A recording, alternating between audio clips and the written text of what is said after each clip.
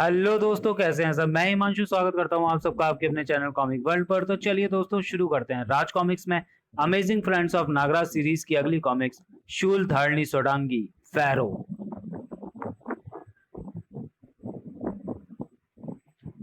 मिस्र की महान शक्ति फैरो, मिस्र का शासक फैरो। मिस्र में मान्यता है कि फैरो को सत्ता और शक्ति इंसानों ने नहीं बल्कि देवताओं ने सौंपी थी। इसलिए कई असाधारण शक्तियों का स्वामी है फैरो। फैरो का आदेश देवता का आदेश होता है। जाओ, राजकुमारी सोडांगी को सूचित करो कि हम उनसे भेंट करने आ रहे हैं। फैरो के आदेश की अवहेलना का साहस मिस्र में कोई नहीं कर सकता है।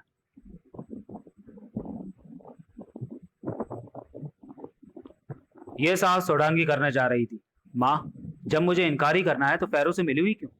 महारानी सोडांगी ठीक कह रही हैं। अब इसके हृदय में किसी अन्य के लिए स्थान नहीं है। शू, जब हमने फैरो से सोडांगी के विवाह का निवेदन किया था तब हमें मालूम नहीं था कि सोडांगी नागराज से प्रेम करती है। सोडांगी, तुम फैरो से विवाह करो या ना करो, ये तुम्हारा निर्णय है, पर उससे एक बार मिल तो लो। उसका संदेश आया है, वो तुमसे मिलने आ रहा है। सोडांगी, फैरो से मिलने में कोई बुराई नहीं है। उससे मिलो तो विवाह से इनकार कर देना। तुम ठीक कहती हो शू, मैं विवाह से इनकार करने के लिए उनसे जरूर मिलूंगी। हमारे राज्य में तुम्हारा स्वागत है फैरो। तुम्हारा स्वागत है फैरो। ओह सोडांग के कांटे, ये तो शत्रुओं को भेंट किए जाते हैं। तुम्हारे कांटे हमें स्वीकार नहीं। हमें तुम्हारा प्रेम चाहिए। प्रेम तुम्हें किसी और से? कुछ कहा तुमने? कितने सुंदर और शक्तिशाली हैं फैरो। कुछ नहीं, लगता है राजकुमारी शर्मा गई। पुत्री, क्या तुमने फैरो को इनकार कर दिया? माँ, फैरो को कोई भी लड़की इनकार नहीं कर सकती। तुम्हारा चुनाव ठीक था। मुझे ये रिश्ता स्वीकार है माँ। रिश्ता स्वीकार है? क्या कहा? सोडांगी को रिश्ता स्वीकार है? ये नहीं हो सकता। मैं ये नहीं होने दूंगा। तुम तो नागराज से प्रेम करती थी, पर नागराज ने मुझसे कभी प्रेम नहीं किया। वो एक तरफा आकर्षण था शू। और एटना, वो मेरा अतीत था जो कभी लौटकर नहीं आएगा। फैरो मेरा वर्तमान है। वो नागराज की तरह शक्तिशाली भी है और एटन की तरह प्रेम करने वाला भी। फैरो धूर्त है और प्रेम का शत्रु है। नागराज नहीं चाहता था कि ये रिश्ता जुड़े। फैरो को ये रिश्ता जोड़ने की जल्दी थी। हम शीघ्र विवाह करेंगे सोडांगी। तुम जल्दी ही बजेटस की राजकुमारी से फैरो के महान साम्राज्य फाइकस की सम्राज्ञी बनोगी। ये विवाह नहीं हो सकता। कौन है ये गुस्ताख? नागराज? ये नागराज है फैरो। इसे यह अधिकार किसने दिया कि ये तुम्हारे विवाह में हस्तक्षेप कर सके? शरीर का हिस्सा है फैरो। सॉरी, सोडांगी मेरे शरीर का हिस्सा है फैरो। मैं चाहता हूं उसका विवाह सर्वशक्तिशाली से हो। नागराज ईर्ष्यालु हो रहा है। फैरो में वो सब कुछ है जो मुझे चाहिए। तो फैरो की शक्तियों से परिचित नहीं है, इसलिए ऐसा कह रहा है। तूने कहा सोडांगी तेरे शरीर का हिस्सा है, अब वो शरीर ही नहीं रहेगा। ओह, मेरे शरीर के जख्म तो मेरे शरीर में रहने वाले सूक्ष्म सर्प भर देंगे। अब तेरे शरीर का क्या होगा जिसे मेरे सर्प चीरने वाले हैं? सोडांगी अपने होने वाले सुहाग की रक्षा करेगी नागराज। सोडांगी तुम? हाँ मैं। अब बंद करो ये लड़ाई और एक अच्छे मित्र की तरह मेरे विवाह की तैयारियों में सहयोग करो। मैं तो केवल फैरो की शक्तियों की जांच कर रहा था। मुझे उम्मीद है कि तुम फैरो की शक्तियों और मेरे सही फैसले का परिचय मिल गया होगा। तुम्हारा स्वागत है नागराज। यदि तुम्हारा फैरो से परिचय हो चुका हो तो विवाह से पूर्व की रस्मों को पूर्ण कर लिया जाए। धन्यवाद महाराज बजेटस, मुझे फैरो का पूरा परिचय मिल गया। मेरे लायक कोई सेवा हो तो जरूर बताइएगा। फैरो को नागराज की चिंता सता रही थी।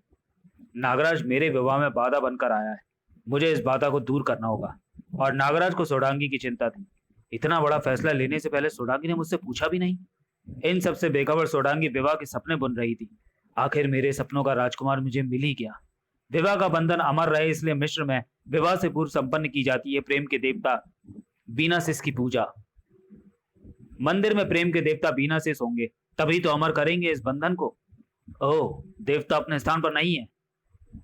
देवता का इस तरह गायब होना अपशकुन है। फैरो शंकित था। मुझे ये अपशकुन नहीं, कोई षड्यंत्र लगता है। आखिर कहां गई देवता की मूर्ति? जाओ मेरी शक्तियों, देवता की मूर्ति का पता लगाओ। क्षमा करना प्रेम के देवता, मुझे सोडांगी और फैरो का विवाह मंजूर नहीं। क्योंकि फैरो मृत्यु के देवता शेषमु का उपासक है, एक शैतान है। तो तू मेरी हकीकत जान ही गया नागराज, पर यह राज तो किसी और को बताने के लिए जिंदा नहीं रहेगा। मेरा शरीर जड़ हो गया, मुझे कुदाल उसके हाथ से छुड़ानी होगी। मेरे सर पलटकर मुझ पर ही वार कर रहे हैं। अब वो तेरे सर्प नहीं मेरे गुलाम है, इन्हीं की तरह अब तू भी मेरा गुलाम बनेगा। इनका सम्मान कैसे टूट गया? मैं सम्मान तोड़ना भी जानता हूं और करना भी।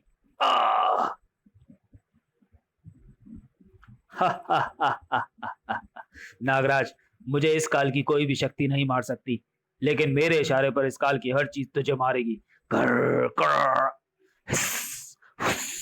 और अगर इनसे तू बच गया तो तू मुझे मौत देगी, तो तुझे मौत देगी।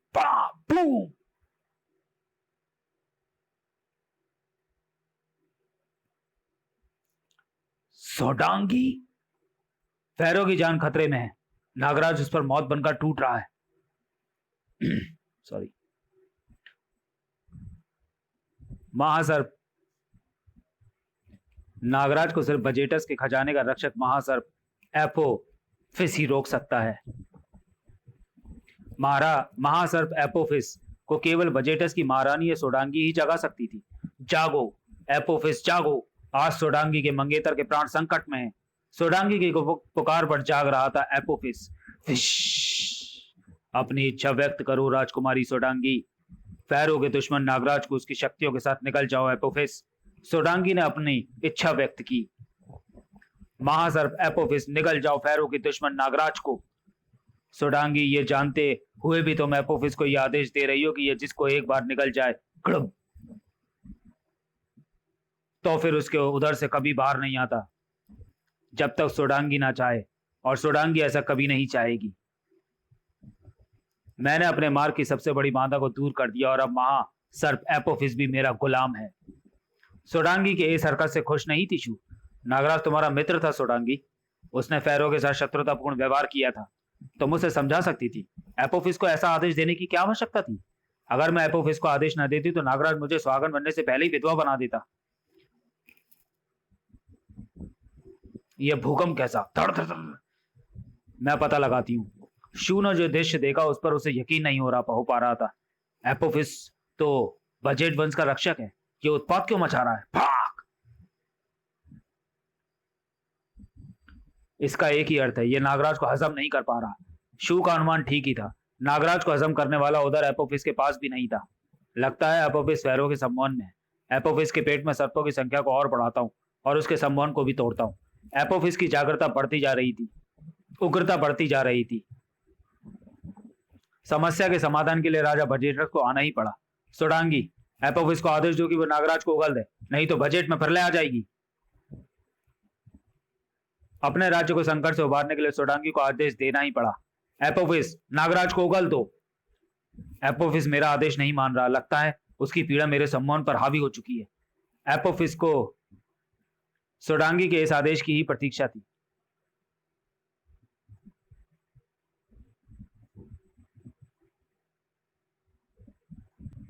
अपने राज्य को संकट से उबारने के लिए सोडांगी को आदेश देना ही पड़ा। एपोफिस, नागराज को उगल दो। एपोफिस को सोडांगी के इस आदेश की ही प्रतीक्षा थी। फुश! तो मेरी ये चाल भी नाकामयाब हो गई। नागराज ने सम्मोहन को तोड़ दिया। तुम हमारे मेहमान हो नागराज, अपनी शत्रुता को भूलकर सोडांगी के विवाह में अवश्य आना।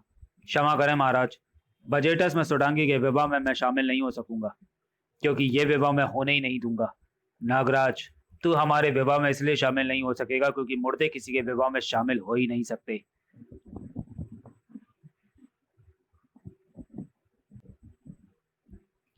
मैं नागराज की बदसलूकी के लिए क्षमा चाहती हूँ फैरो। तो मैं क्षमा मांगने की आवश्यकता नहीं, बस मेरा साथ दो। मुझे नागराज की कमजोरियां बताओ सोडांगी। रहने दो, अब तुम्हें कुछ बताने की जरूरत नहीं। मैं तुम्हारी आंखों में नागराज की मौत का संकेत पढ़ चुका हूं। वो संकेत है एटन, जिसका पुनर्जन्म है नागराज।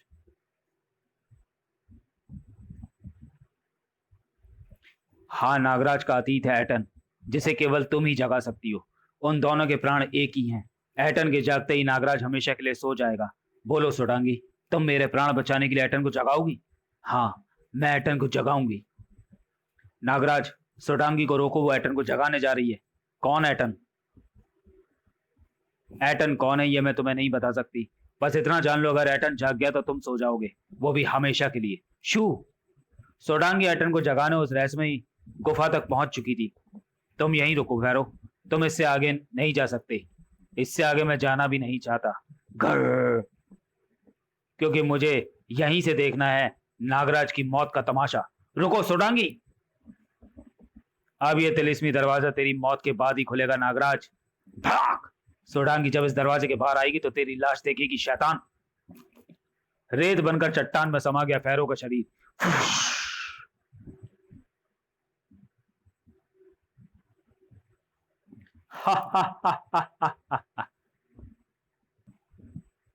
आखिर आ ही गया अपने असली रूप में शैतान शेषुमु।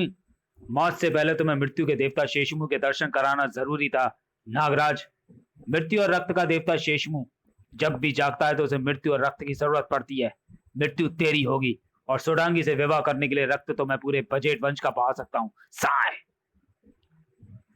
छपाक, उससे पहले तेरा खेल खत्म हो जाएगा शैतान। तो तुझे पत्थर से टकराकर नहीं, पानी में डूबकर मरना पसंद है? मेरे ध्वंसक सब तुझे भाप बनाकर उड़ा देंगे। फैरो, तुम पानी से कैसे भीग गए? इस शैतान नागराज ने मुझे नील नदी में डुबोकर मारने की कोशिश की थी। शैतान, तूने खेल ही लिया अपना शैतानी खेल। खेलना ही पड़ा ये मौत का खेल एटन, क्योंकि तेरी जिंदगी नागराज की मौत थी। तूने भूल कर दी फैरो, अब मेरी जिंदगी भी मौत बनेगी शैतान। गजब का लड़ाका था एटन। साय खच! देखते ही देखते टुकड़ों में बट गया फैरो का शरीर। मैंने तुम्हें फैरो की रक्षा के लिए जगाया था, उसकी जान लेने के लिए नहीं। तुम्हारे कांटे मुझे आज भी स्वीकार हैं। बस मुझे इतना बता दो, तुमने मुझे जगाकर नागराज के प्राण क्यों ले लिए? सोडांगी मुझे तुझे नहीं बताएगी कि उसने ऐसा क्यों किया। ये वही करेगी जो मैं इससे कहूंगा। ओ, तो ये सब तेरा ही किया धरा है।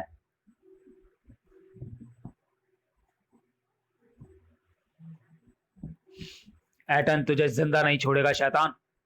जो मुझे मार सकता वो तो मर चुका है, और तेरी औकात मेरे सामने अब भी एक मुर्दे से अधिक नहीं है। मेरा खून नहीं बहा सका तो मुझे खून से नहला रहा है। चिटिक चिटिक। खून और मौत शीशमों के हथियार हैं एटन। खून से तो तू नहा चुका, अब तुझ पर मौत टूटेगी। उधर देख, ये मांसखोर कीड़े कुछ ही देर में तेरा मांस नोचकर तुझे एक कंकाल बना डालेंगे। मांसखोर कीड़े एटन को कंकाल बना ही डालते अगर ये चक्रवात ना आया होता। होश में आ सोडांगी, वरना अनर्थ हो जाएगा। होश में आ चुकी थी सोडांगी। एटन को मांसखोर कीड़े खा रहे हैं? नहीं, सोडांगी के होते एटन को कुछ नहीं होगा। चिप्ट चिप्ट चिट चिट चिट चिट खच खच। दूसरी तरफ वर्तमान का प्रेम। उठो नागराज, सोडांगी अपने प्राण दे देगी पर तुम्हें कुछ नहीं होने देगी। ओह, सोडांगी का सम्मोहन टूट गया। शैतान ने चली एक और चाल। ये शैतान के दूध तुम्हें नोच खाएंगे। ओह, ये तो शैतान शेषमु है। इसका इलाज है मेरे पास। मेरी शैतानी शक्तियों से डरकर भाग गया एटन। अब मैं तुझे अपनी शैतानी दुनिया में ले जाऊंगा सोडांगी। एटन डरकर भागने वालों में से नहीं है शैतान। एटन, सोडांगी ने सच कहा था। एटन भागने वालों में से नहीं था, वो लौट आया था और साथ लाया था शेषमु फैरो की मौत। आओ शेषमु की शैतानी ताकतों, इस सर्पसुराई में समा जाओ। ओह सर्पसुराई, मुझे इसकी पहुंच से दूर जाना होगा। सर्पसुराई में अपनी शैतानी शक्तियों के साथ समाता चला गया शैतान, और हमेशा के लिए उसमें कैद होकर रह गया। फैरो का पुनर्जन्म है सोडांगी। अब मेरा अधूरा प्रेम पूरा हो जाएगा। अरे सोडांगी कहां चली गई? तुमने सोडांगी के लिए अपनी जान दे दी, अब सोडांगी किसके लिए जिएगी? सोडांगी अपनी जान दे देगी। तुम अपनी जान नहीं दोगी सोडांगी। मुझे दे दो ये सोडांग का कांटा। ये कांटे ही एटन का नसीब है। एटन अपने नसीब को अपने सीने से लगाए चिर निद्रा में लीन हो गया एटन। तब एक बार फिर अधूरा रह गया एटन का प्रेम। मुझे अफसोस रहेगा मैं तुम्हारी शादी में शामिल ना हो सका। प्रेम का अधूरापन कांटे की तरह चुभता है नागराज। एटन की तरह मेरे नसीब में भी कांटे हैं, और शरीर पर भी। समाप्त। तो चलिए दोस्तों, वीडियो को यहीं समाप्त करते हैं और मिलते हैं amazing friend of series amazing friends of Nagraj series की अगली कॉमिक्स अमर योद्धा कालदूत की विषय में। तब तक के लिए धन्यवाद।